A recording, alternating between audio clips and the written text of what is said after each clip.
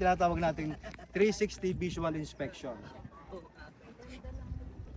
Bagong-bago talaga. Nasa 5 hours pa lang siya. Tapos may camera na din dito, recorded na yan. Ang bango-bango, parang bulaklak. Di ba? Ayan. Sinecheck natin, baka may mga pugad ng ibon. Dito. Hindi yung mga linya guys. Sinecheck yung mga linya dito. Ayan. One star. Ayan. Ito ang connection, ito ang connected sa tail rotor natin. Gumagalaw siya pag hinihila. Hydraulic, ELT. Ayan.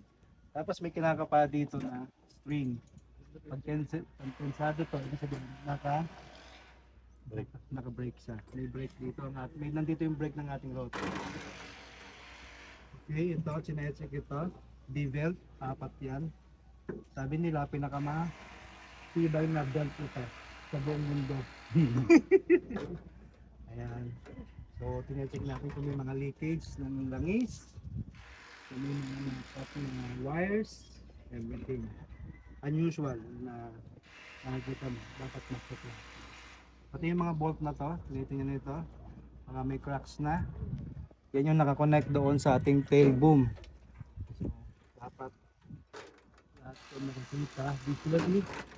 Okay. Tayo sa fan. Ayan. Yung mga markings niya na puti, dapat nakaline siya. Okay. Ito naman tayo, kabila. Ayan. Dapat wala din sumasabi, tapos wala maingay. Tapos sinecheck ito, baka may mga leak, ito mga rubber nito. Pati itong mga bolt na to, baka may loose bolts na, baka may crack na to. Pitch link, ito rotor pitch link natin. Ayan. Pag sinipa mo, gumagalaw yan. Sir, okay na sir? Yan? Yes, sir. Sa kabila mo. Ito na siyempre, ito-check natin to. Dapat tamang-tama yung pressure nito. Tigas, di ba? Same with the right, Ito naman, nandito naman yung oil natin. Sinecheck din yung mga wirings dito, connections. Baka may choppings na, may corrosions, leak oils. Ayan. Hindi pa ito nakapag-change oil kaya wala pang markings doon. So malinis yung pinyata dahil brand new, bagong-bago guys. Itong ating magiging alaga. So sa side na ito naman, so mga visual, yun ang tinatawag natin 360 visual inspection. Yan, doon sa kabila sir. Yan, sasakin na natin.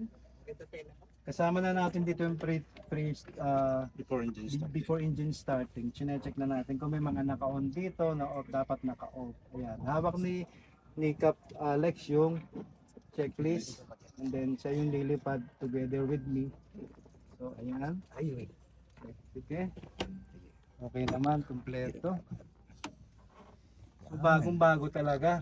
Nasa 5 hours pa lang siya. Doon sa check So dalo yung radio natin, no.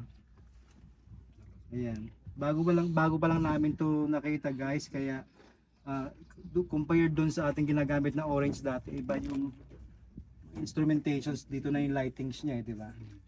Iba na yung console niya. So upgraded na. Tapos may camera na din dito, recorded na 'yan pagka naka-on yung ating camera, record on and off, pati audio nandiyan na rin. Check. Ang bango-bango, parang bulaklak, di ba? Ayan, same pa rin, ito pa rin siya ang cyclic natin. So yan lang for the meantime guys, at later on lilipad kami. Si Mangisda, talaga yung ating